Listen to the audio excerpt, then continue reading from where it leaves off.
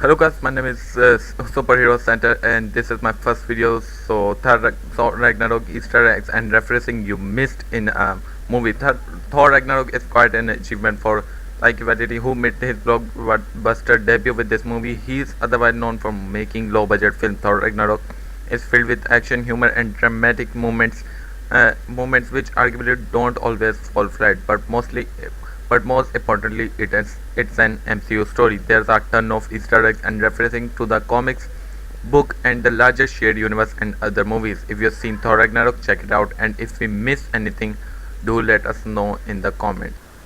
So the number one is the cameos. We already knew Doctor Strange will appear in the movie, but his role was smaller than expected. Nevertheless, the cameo revealed how powerful the Sorcerer's Stone has become, as he holds his ground in the presence of literal gods and even seems to find Loki, the shared universe most powerful practitioner of magic, rather annoying. Of course, Stanley has a cameo, and it's an important one. In previous Marvel films. He's been a bystander, but in Thor Ragnarok he is vital to the plot as he cuts Thor's hair. And there's the Loki play, which comes out of nowhere, staged by the God of Mischief in an Odin costume. The plays feature three actors with no previous connection with the shared universe. Sam Neill, who was rumored to be another elder of the universe, making him Collector and Grandmaster's brother, portrays Odin, and Luke Hemsworth, Chris' brother, plays Thor. But Matt Damon's cameos as Loki is the biggest surprise, of course, given how the Marvel movie ends. The most pertinent question is this: did these three guys survive the final battle, and will they appear in future MCU flicks?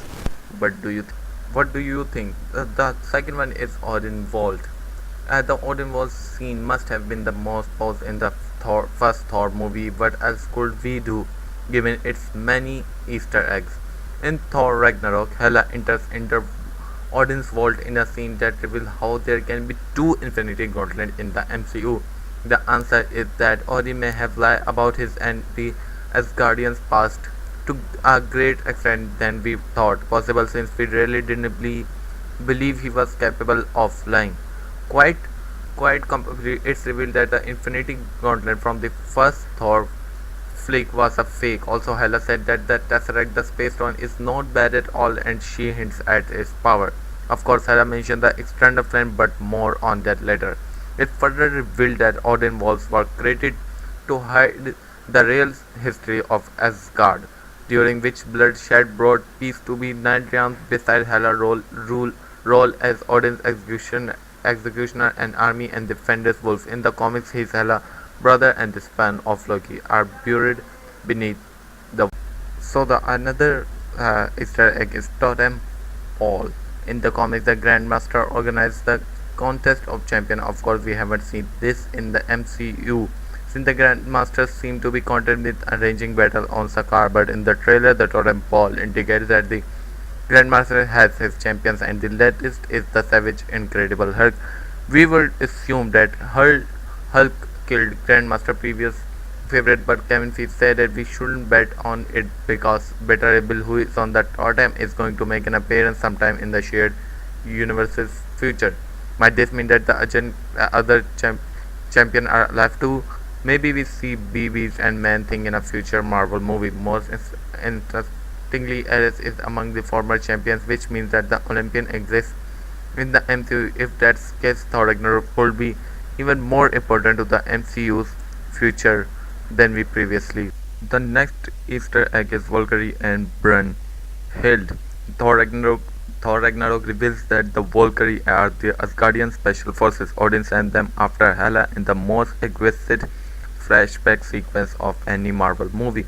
This differs from the comics, in which the name Valkyrie is taken by Brunhild, an Asgardian chosen by Odin to lead the Valkyrie, a team tasked with bringing the souls of fallen heroes to Valhalla. So in the comics, they weren't necessarily Odin's special forces team. So Thor Ragnarok Valkyrie Tessa Thompson isn't the same character as the one in the comics, although Brunhild saved Thompson's character from Hela in the flashback sequence. In the movie, Grandmaster refers to Valkyrie as Capers 142.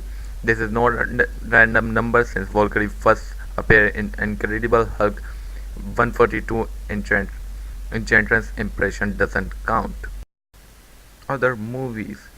So, Taika Waititi referenced several non-MCU movies besides Green Lantern. For example, 1971's Willy Wonka and the Chocolate Factory was a source of inspiration for the Grandmaster's instructions and introduction.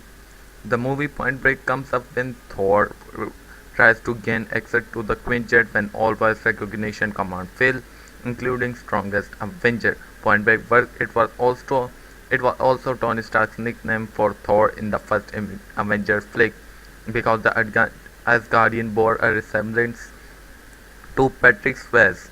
Ace Ventura, pet detective or South Park, shows up when Loki admits that he left his father at the Shady Acres retirement home, demolished by the time Thor is Loki and the Avengers. As always, Tom Hiddleston shines as Loki, the MCU best villain.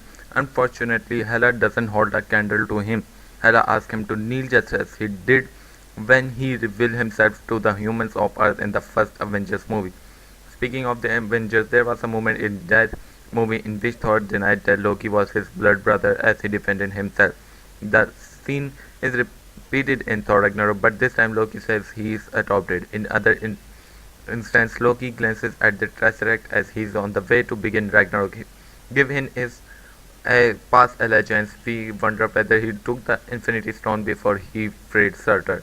Lastly, we should mention Loki joy when Hulk smashes Thor like a doll in a scene that clearly mirrors in the first Avengers movie's final, even as it begins similarly to a particular scene in Avengers Age of Ultron.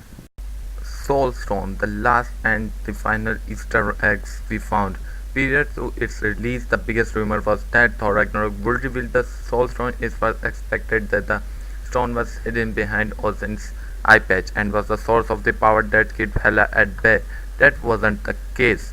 Returning to the external frame thread, Hela said that its true power. That's quite surprising, especially since she also said that the Tesseract is not bad. So Thor Ragnarok may have debunked the Odin rumors, but it also opened up new another conversation. Is the extended frame the soul stone? It could be, but if isn't, we can bet that the last of the Infinity Storm will turn up in